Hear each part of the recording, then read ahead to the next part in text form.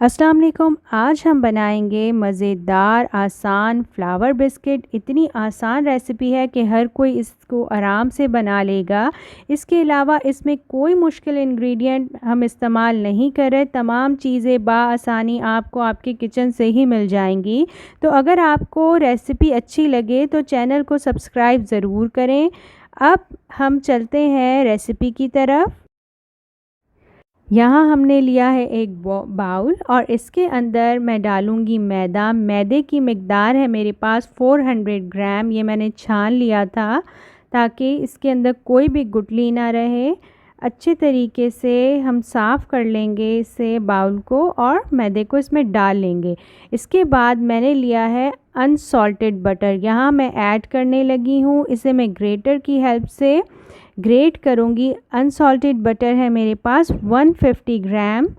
ये देखिए ये बहुत ज़्यादा हार्ड नहीं होना चाहिए। जब भी ये आपको पहले इसे फ्रिज से निकाल के बाहर रखना है तो ही आपके कुकीज़ जो हैं उनका रिज़ल्ट 100% आएगा। ये एक टिप थी जो मैंने आपसे शेयर की है।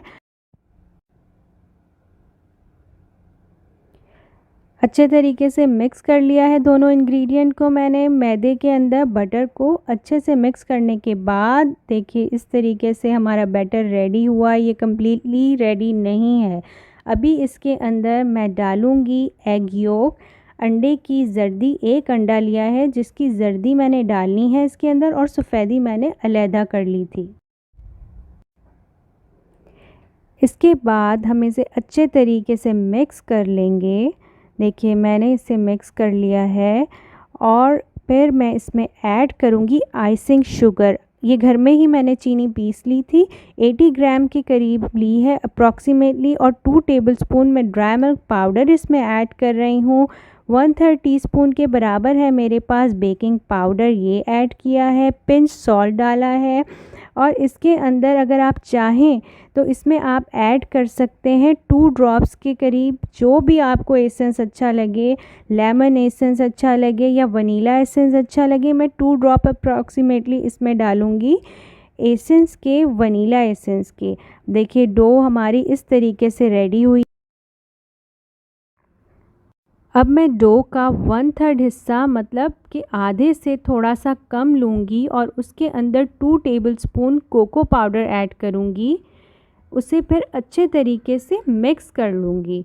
हमने 2 तरीके की फिलिंग बनानी है एक ही बिस्किट के अंदर। देखिए मैंने डो को अलग कर लिया है। इस तरीके से डो को अलग कर लेना है। इसके बाद 2 टेबलस्पून कोको पाउडर इसमें ऐड कर लेना है और इसे हम हाथ से अच्छे से मिक्स कर लेंगे। बिल्कुल भी परेशान होने की ज़रूरत नहीं है। जब आप मिक्स करेंगे ना तो ये बहुत ही शानदार तरीके से मिक्स हो जाएगा और आपको पता भी नहीं चलेगा कि हमने ये पहले ऐड क्यों नहीं किया था। देखिए ये मैं मिक्स करूँगी। अच्छा, जैसे ही आप कोको पाउडर ऐड करते हैं ना तो क्या होता है कि जो डो होती है वो थोड़ी सी हार्ड हो जाती है।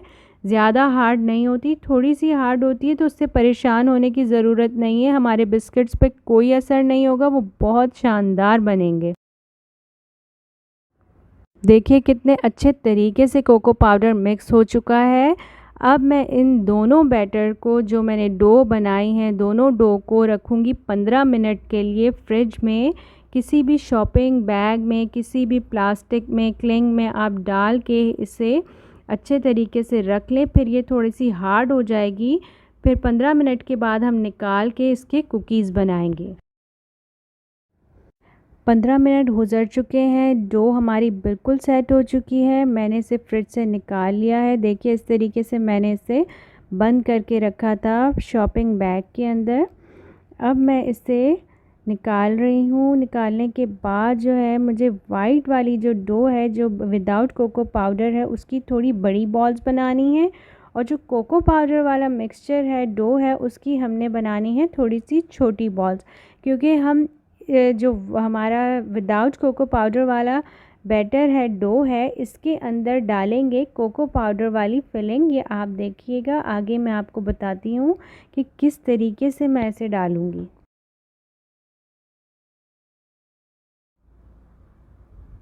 देखिए बॉल्स हमारी रेडी हो गई हैं। मैंने तमाम बॉल्स रेडी कर ली हैं। अप्रॉक्सीमेटली 7 बॉल्स बनी हैं मेरे पास, क्योंकि डो मैंने थोड़ी ज़्यादा ली थी। मैं बिस्किट थोड़ा बड़ा बनाऊंगी। अगर आपको छोटा बनाना हो तो आप डो के जो साइज़ेज़ हैं उन्हें बॉल्स के साइज़ेज़ को थोड़ा सा छोटा कर लीजिए।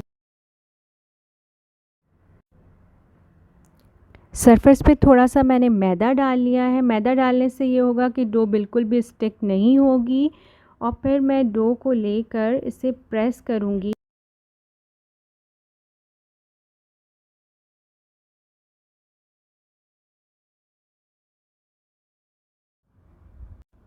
हाथ की मदद से मैं इसे फ्लैट कर लूँगी और इसके अंदर अब रखूँगी कोको पाउडर वाली जो हमारे पास चॉकलेट बॉल जो थी, इसे इसके अंदर डाल के हम इसे बिल्कुल बंद कर लेंगे और बॉल बना लेंगे। बॉल बनाने के बाद फिर मैं इसे फ्लैट करूँगी। देखिए हाथ से ही मैंने इसे फ्लैट कर लिया है। और फ्लैट करने के बाद अब मैं इसे कट लगाऊंगी और फ्लावर बनाऊंगी। अच्छा, मुझे पेटल्स ना थोड़ी सी ज़्यादा पसंद है। अगर आपको कम अच्छी लगती हो तो आप कम कट लगा लीजिएगा। इस तरीके से तमाम कट लगा लिए हैं मैंने। अब हाथ से इसे आराम से, बहुत ही ध्यान से आपने भी प्रेस करते जाना है जब आप बनाएं। ये देखिए किस तरीके से मैं प्रेस कर रही हूँ और आसानी से हमारा खूबसूरत सा फ्लावर बिस्किट रेडी हो रहा है। देखिए